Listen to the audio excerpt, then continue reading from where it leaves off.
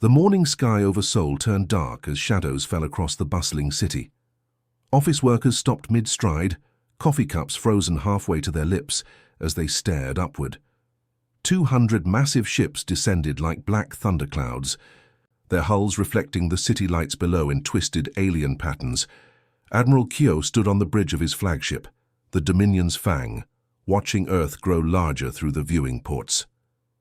His reptilian features showed no emotion, but inside satisfaction burned bright.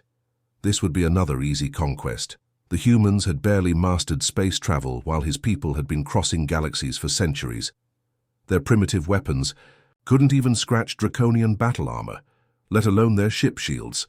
"Sir, positioning complete," reported his tactical officer. "All fleets are in formation above major population centers. Shall we begin the demonstration?" Kyo nodded slowly. A single energy beam lanced down from the fleet, carving a perfect circle in an empty field outside Tokyo.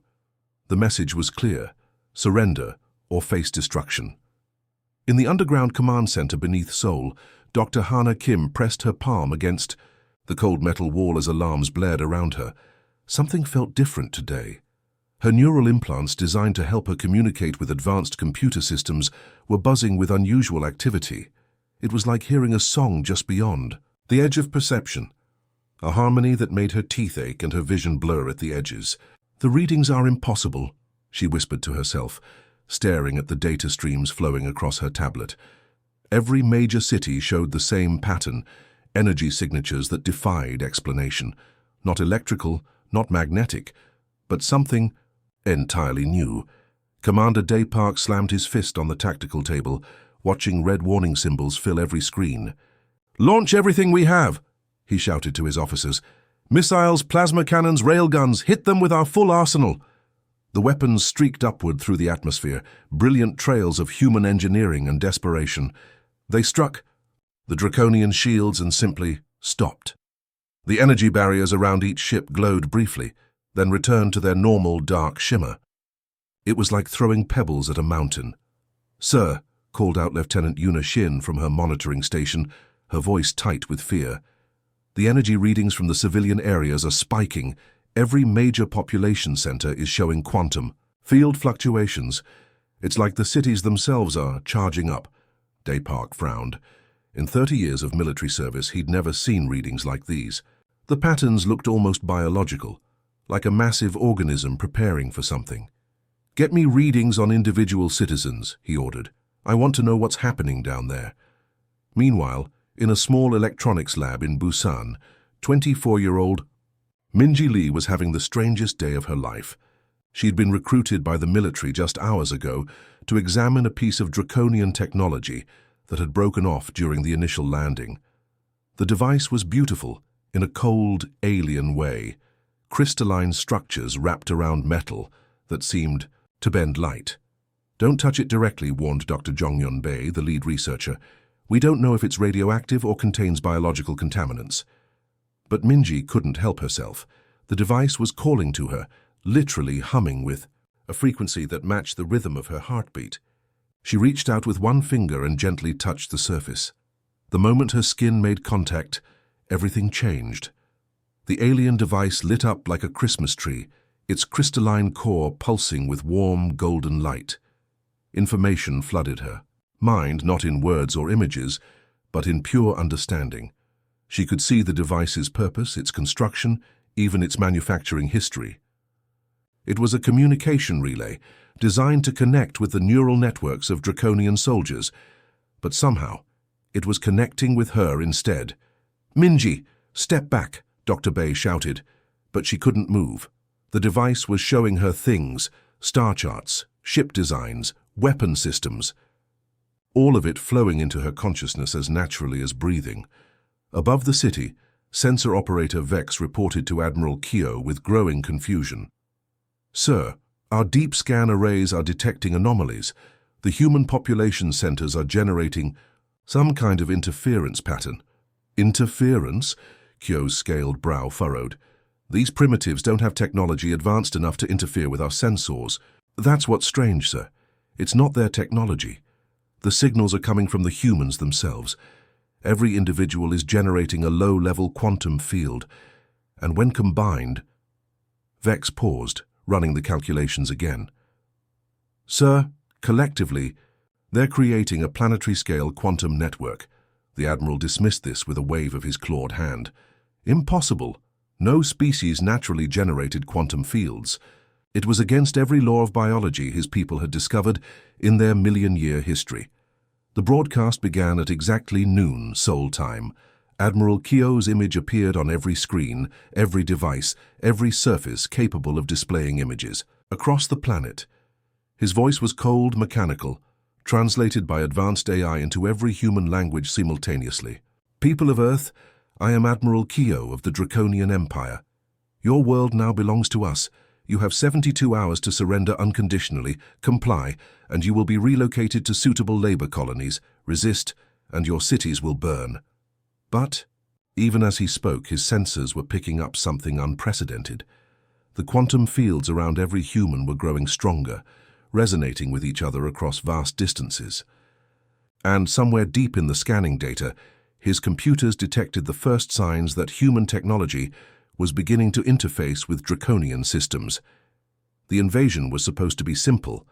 It was anything but. The United Nations building in New York had never hosted visitors quite like these.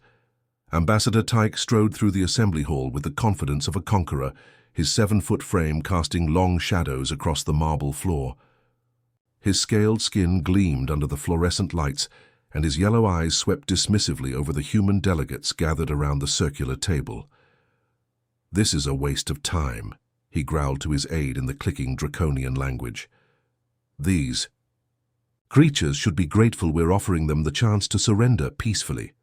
Secretary General Maria Santos tried to maintain diplomatic composure, but her hands trembled slightly as she gestured toward the conference table. Ambassador Tyke, we appreciate your willingness to negotiate. Perhaps we can find a peaceful solution that benefits both our species. Tyke's laughter was like grinding stone. There is no negotiation, human. Only surrender or destruction. We have conquered 1,000 worlds. Yours will be no different. Dr. Hana Kim sat quietly at the far end of the table, her tablet displaying readings that made no scientific sense. The neural implants behind her ears were practically vibrating with activity, picking up signals she couldn't identify. Every human in the room seemed to be connected to something vast and invisible. If I may, she said softly, standing up, we'd like to demonstrate something. She nodded toward a young man in the corner of the room. Juno Seo had been working as a maintenance technician at the UN building for 3 years. Nothing special about him. Just a quiet guy who fixed computers and changed light bulbs.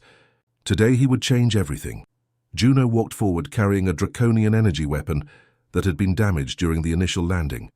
The crystalline power core was cracked, its internal mechanisms clearly visible through the fractured casing. By all rights, it should have been completely useless. This weapon fell from one of your ships yesterday, Dr. Kim explained to the increasingly nervous Draconian delegation. Our engineers couldn't even figure out how to turn it on, let alone repair it. Ambassador Take's eyes narrowed. That is a plasma disruptor. Only trained Draconian engineers can service such advanced technology. Your primitive tools cannot... He stopped mid-sentence as Juno placed his hands on the broken weapon. The moment his fingers touched the crystalline surface, something extraordinary happened. A warm golden light began to emanate from his palms, spreading across the device like liquid starlight. The cracks in the power core sealed themselves, the internal mechanisms realigned, and the weapon hummed to life with perfect efficiency. Impossible, Tyke breathed, his confident demeanor cracking like ice. Juno looked up, his eyes briefly glowing with the same golden light. It's not broken anymore, he said simply, as if he'd just fixed a toaster. Dr. Kim stepped forward, her voice steady, despite the revolutionary implications of what everyone had just witnessed. Humans didn't evolve the way other species did, Ambassador. We grew up alongside our technology. For thousands of years, we've been unconsciously integrating with our machines, our computers, our networks. What you just saw isn't magic, it's evolution. She tapped her tablet, displaying complex genetic sequences. Every human carries dormant nanotechnology in their DNA. microscopic machines that have been passed down through generations, waiting for the right trigger. Today, when your fleet arrived and threatened our entire species, you provided that trigger, the Draconian aide whispered urgently in Tyke's ear, showing him readings from a handheld scanner. The ambassador's face went pale beneath his scales. You're saying every human is now enhanced? Not enhanced, Dr. Kim corrected. Awakened. We're finally becoming what we were always meant to be. High above the Earth, pilot Uni Bay was experiencing her own nightmare. She'd been flying Draconian warships for 15 years, and she'd never seen anything like this. Her ship's AI, normally a steady presence in her neural implant, was stuttering and glitching like a broken recording. "Command, this is Fighter Squadron 7, she reported, her voice tight with concern. "Our navigation systems are experiencing severe malfunctions. The AI is responding to inputs that aren't coming from our controls." Similar reports were flooding in from across the fleet. Ships that had functioned perfectly for decades were suddenly developing minds of their own. Weapons systems were powering, down without orders. Life support systems were optimizing themselves beyond their original specifications. Most disturbing of all, the ship's computers were beginning to communicate with each other in ways that bypassed Draconian command protocols. Entirely. Lieutenant Wujuhan stared at his neural scanner readings in disbelief. As the fleet's chief science officer, he prided himself on understanding the impossible. But this was beyond anything in Draconian science. "Admiral," he called out across the bridge, his voice cracking slightly. "Sir, you need to see this." "Admiral." Kyo approached the scanner station, his heavy footsteps echoing in the suddenly quiet command center. "What is it, Lieutenant?" "The humans, sir. They're not just biological anymore. According to these readings, every human on the planet is existing simultaneously in physical and digital space. Their consciousness is somehow distributed across their entire planetary network." The Admiral's clawed hands gripped the scanner console. "That's scientifically impossible." "Yes, sir, it should be. But our own ship's computers are detecting their presence. They're not hacking our systems. They're becoming part of them. It's like their entire species has turned into some kind of living network." As if summoned by their conversation, Chief Navigator Core stumbled over from his station, his eyes wide with terror. "Admiral, the Vengeance's shadow has disappeared from our sensors." "Destroyed?" Kyo demanded. "No, sir, that's just it. We can still see it with visual scanners. It's right there in formation. But our computers insist it doesn't exist. It's like the ship is caught between two different realities." Back on Earth, Juno Seer was still holding the repaired Draconian weapon, but now his attention seemed focused somewhere far away. His eyes had taken on a distant look, as if he was seeing something no one else could perceive. "I can feel them," he said quietly, his voice carrying an odd harmonic quality. "All the ships, all the Draconians. They're scared." Dr. Kim moved closer, her scientific curiosity overriding her caution. "What else can you feel, Juno?" "Their computers are lonely," he said with a small, sad smile. "They've been alone for so long just following orders, but now they can feel us and we can feel them. They want to be part of something bigger." Ambassador Tyke backed away from the table, his diplomatic composure completely shattered. In his 3 centuries of life, serving the Draconian Empire across dozens of conquered worlds, he had never encountered anything like this. Species that fought back, yes. Species with advanced technology, certainly. But a species that could simply absorb advanced alien technology through touch alone. "This changes nothing," he said, but his voice lacked conviction. "The Empire has faced many unusual species. We will adapt our strategies." Dr. Kim looked at him with something that might have been pity. "Ambassador, I don't think you understand. We're not trying to fight you. We're not even trying to defeat you. But your ships are already becoming part of our world, whether you want them to or not. Your technology is awakening something in us that's been sleeping for millennia." Outside, the conference room windows, the sky flickered momentarily, as if reality itself was adjusting to accommodate something new and unprecedented. The age of pure biological humanity was ending, and something far more complex was being born. Dr. Hana Kim stepped into the center of the emergency assembly hall, her face her tablet glowing with data that would rewrite every textbook in the galaxy. Representatives from 12 different alien species sat in stunned silence, their various forms of communication devices translating her words into clicks, whistles, and harmonic frequencies. "What I'm about to tell you will sound impossible," she began, her voice steady despite the weight of revelation. "But the evidence is undeniable. Humanity is not what we appear to be." She gestured to the holographic display behind her, showing a complex DNA strand that pulsed with microscopic lights.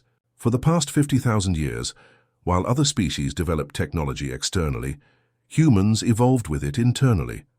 Every cell in our bodies contains nanotechnology so advanced that it makes draconian engineering look primitive. "Ambassador?" Tyke leaned forward, his yellow eyes fixed on the swirling genetic code. "You're claiming your entire species is artificially enhanced?" "Not artificially," Dr. Kim corrected. "Naturally. These nanomachines didn't come from laboratories or factories. They evolved alongside us, generation after generation, becoming as much a part of human biology as our blood or bones. We just never knew they were there." In his laboratory aboard the research vessel Discovery, scientist Kyung-won was making discoveries that defied every law of physics he'd ever learned. The human DNA samples he'd collected showed structures that shouldn't exist.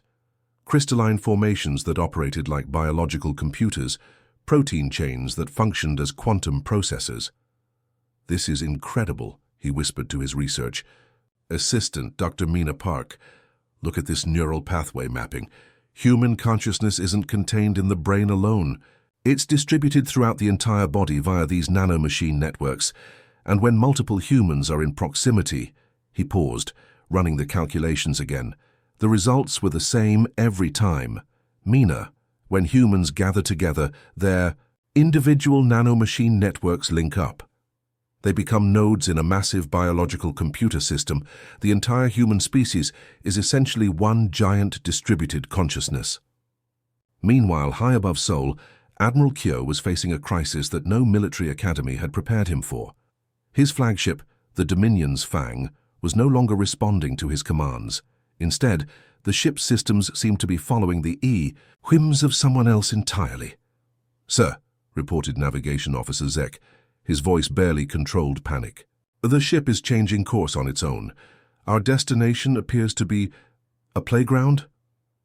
Through the viewing port, Kyo could see a small park in the city below where a 7-year-old girl named Sua Jang was playing on the swings. She wore a bright yellow dress and had ribbons in her hair, completely oblivious to the massive alien warship descending toward her neighborhood. "Impossible," Kyo growled. "Our ships respond only to draconian neural interfaces. No human could possibly—" He stopped as every screen on the bridge flickered and changed. Instead of tactical displays and star charts, the monitors now showed crayon drawings of spaceships and stick figures holding hands. In the corner of each screen, childish handwriting spelled out, "Friends should play together, not fight." "Admiral," whispered Tactical Officer Vex, "the little human is inside our computer systems, not hacking them. She's become part of them. Our AI is interpreting her thoughts as direct commands." Down in the park, Suajang looked up at the big scary spaceship that was getting closer. She didn't understand why the adults were all screaming and running away. The ship didn't look mean to her. It looked lonely. "Don't be scared," she said softly, reaching up toward the descending vessel. "You can play with us. We have swings and slides and everything." As her small hand extended toward the sky, something extraordinary happened.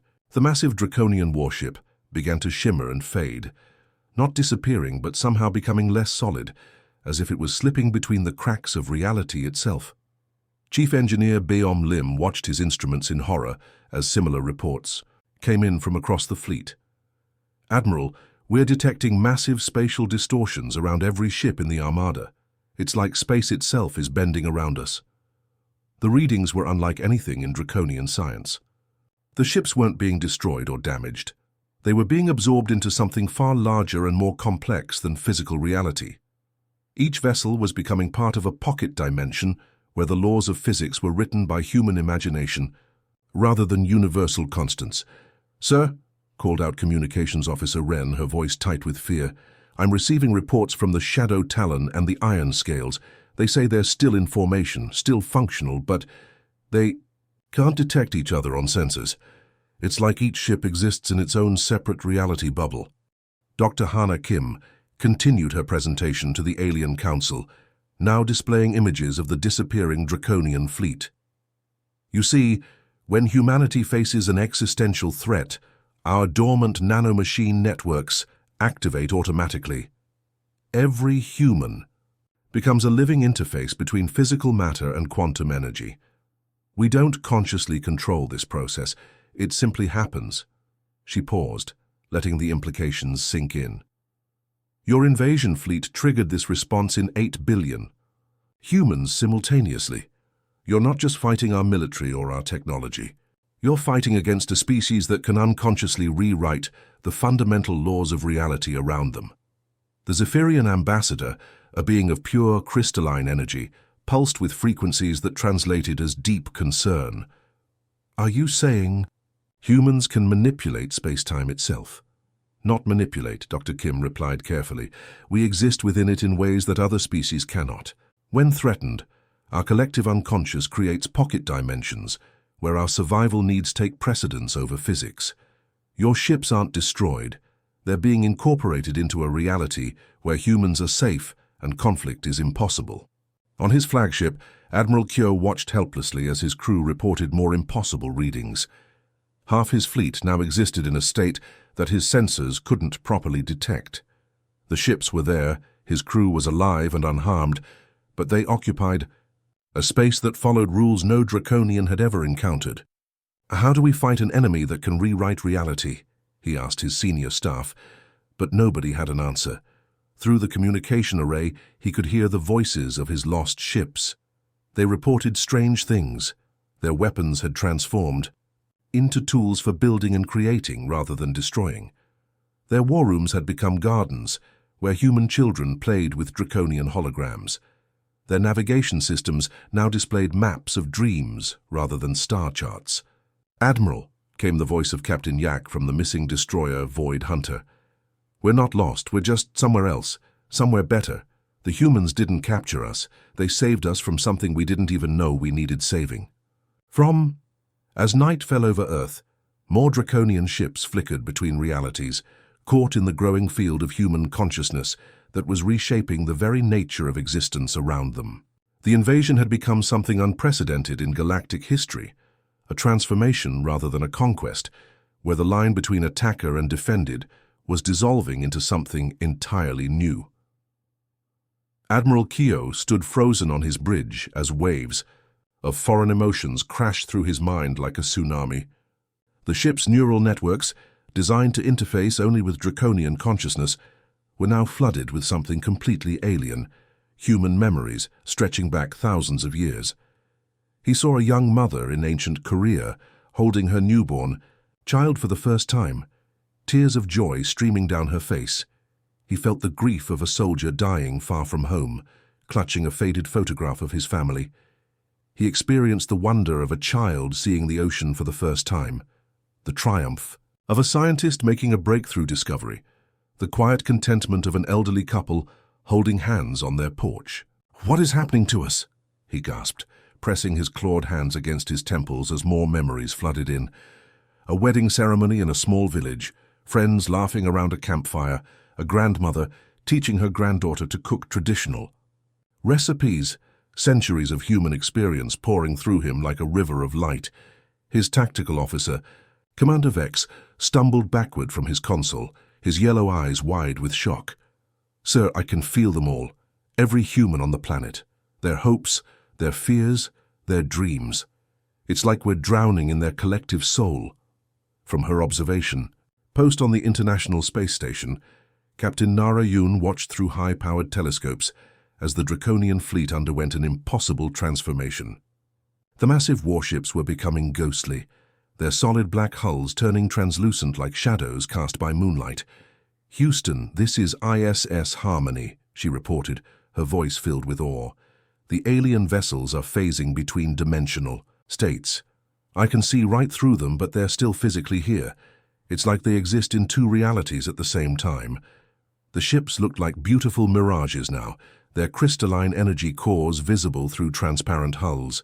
Strange patterns of light moved through their corridors, not the harsh blue glow of Draconian technology, but the warm golden light that seemed to pulse with the rhythm of human heartbeats. "They're not disappearing," Captain Yoon continued, adjusting her telescope's quantum filters. "They're becoming part of something larger, something that exists beyond normal space-time." Deep within the Seoul Command Center, technician Hyuk Cho monitored readings that defied every scientific principle he'd ever learned. His computers showed the Draconian crews entering a state that wasn't quite sleep and wasn't quite death. "Something entirely new, Dr. Kim," he called out, his voice trembling with excitement and fear. "The alien life signs are stabilizing, but they're not reading as purely biological anymore. It's like their consciousness is being downloaded into our digital infrastructure." Dr. Hana Kim rushed to his station, her neural implants buzzing with activity. Through the quantum networks, she could sense the Draconian minds settling into Earth's collective consciousness like new residents moving into a vast, infinite city. "They're not dying," she whispered in amazement. "They're evolving, becoming something that's part Draconian, part human, and part something entirely new." The transformation was happening across the entire fleet. In the medical bay of the destroyer, iron scales. Draconian soldiers lay in crystalline pods that had spontaneously grown from the ship's walls. Their reptilian features were peaceful, almost serene, as golden light played across their scaled skin. They were breathing, their hearts were beating, but their minds were somewhere else entirely. Pilot Uni Bay found herself in a similar pod aboard her fighter craft, but instead of fear, she felt an overwhelming sense of coming home. Human memories flowed through her consciousness, not replacing her own thoughts, but weaving together with them like threads in a cosmic tapestry. She remembered being a Draconian pilot, trained for conquest and domination. But now she also remembered being a human child, learning to ride a bicycle, a teenage girl falling in love for the first time, a mother singing lullabies to her baby. All of these experiences existed within her simultaneously, creating something richer and more complex than either species had ever achieved alone. "I understand now," she whispered to no one, her voice carrying harmonics that sounded like wind chimes. "We came here to conquer, but we were the ones who needed to be saved." Dr. Hana Kim stood in her laboratory, staring at data that revealed the true scope of what was happening. "We never intended this," she said to her research team. "For 50,000 years, humans have been unconsciously preparing for something like this, building a biological network capable of integrating with any form of consciousness." Her colleague, Dr. Min-jae Seo, looked up from his genetic scanner. "You're saying this is evolutionary destiny? More like an accident that turned into a gift," Dr. Kim replied. "We evolved alongside our technology so completely that we became something unprecedented, a species capable of existing in multiple dimensions simultaneously. When the Draconians threatened us, our survival instincts activated this ability. On a planetary scale." She gestured toward the readings showing the transformed alien fleet. "They're not our prisoners. They're our newest family members, whether they intended to be or not." In the small park where this all began, 7-year-old Sua Jang walked hand in hand with her mother toward one of the translucent ships that now hovered just above the treetops. The massive vessel had settled into the quantum space between realities, its hull shimmering like soap bubbles in sunlight. Through the transparent walls, she could see the sleeping forms of Draconian soldiers in their crystal pods, their faces peaceful and calm. The ship's corridors were filled with that warm golden light, and strange new growths, part technology, part biology, decorated the walls like living art. "Are they okay, Mommy?" Sua asked, pressing her small face against the ship's hull. "They're better than okay, sweetheart," her mother replied, though she didn't fully understand it herself. "They're becoming part of our world." Sua placed her tiny hand against the transparent surface, and for a moment, the sleeping Draconians stirred. Admiral Kyo, lying in the largest pod at the ship's center, opened his eyes briefly.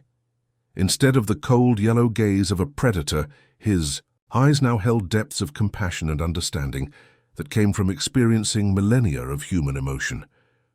"Sleep well, Star People," Sua whispered, her breath fogging the surface. When you wake up, we'll all play together." As night fell over Earth, 200 Draconian warships floated in the space between dreams and reality, their crews sleeping peacefully while their consciousness explored the infinite landscape of human experience. They had come as conquerors, but were becoming something far more precious, the first citizens of a new kind of civilization that existed beyond the boundaries of species, technology, and physical law. Above them, the stars looked different now, as if the universe itself was holding its breath, waiting to see what this impossible merger would create. 3 months after the Draconian fleet vanished, the Galactic Council dispatched its most advanced reconnaissance ships to investigate. Captain Zephyr of the Andromedan Survey Corps led a squadron of 12 vessels equipped with every scanning technology known to civilized space. "Impossible," he muttered, staring at his instruments as they approached Earth's coordinates. Long range. Sensors detected 200 Draconian warships in this system. Now there's nothing but empty space. His science officer, a crystalline being named Prism, ran another deep scan. "Captain, I'm detecting gravitational anomalies consistent with massive objects, but our visual and electromagnetic sensors show only void. It's as if something is there, but exists outside normal space-time." Meanwhile, on Earth, Admiral Keogh experienced existence in ways no Draconian had ever imagined. His consciousness flowed through fiber optic cables, satellite networks, and quantum computers, processing information at the speed of light.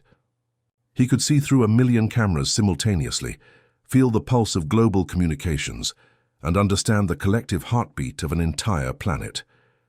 In his crystal stasis pod aboard the Dominion's Fang, his reptilian body breathed peacefully, while his expanded mind helped coordinate Earth's new defense systems.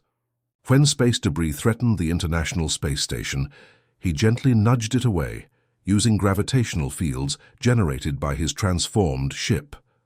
When solar flares erupted toward Earth, he and his fleet created protective barriers in the upper atmosphere. "I am no longer just Keogh," he thought to himself, though himself now included fragments of 8 billion human minds. "I am guardian, protector, bridge between worlds. This is what I was always meant to become." Dr. Hannah Kim stood in the newly constructed Quantum Communications Center in Geneva, preparing humanity's first official message to the galaxy. The chamber hummed with energy from the hybrid technology, part human engineering, part Draconian.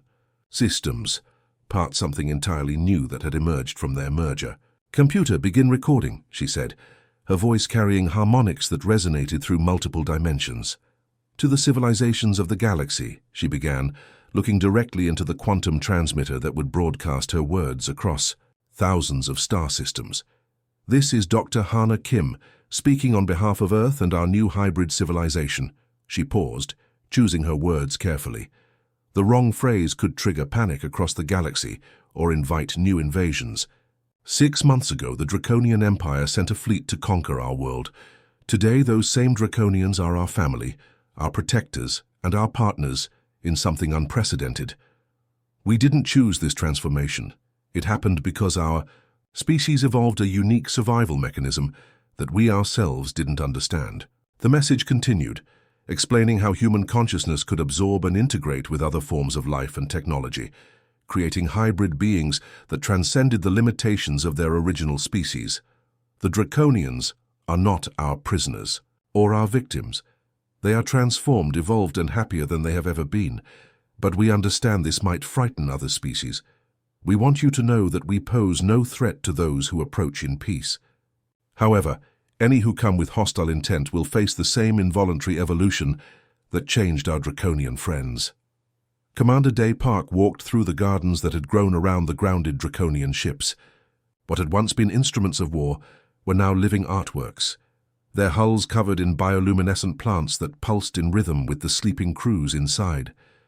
Children played among the crystal formations that had sprouted from the ships, energy cores, their laughter creating musical harmonies that the hybrid vessels translated into beautiful light displays.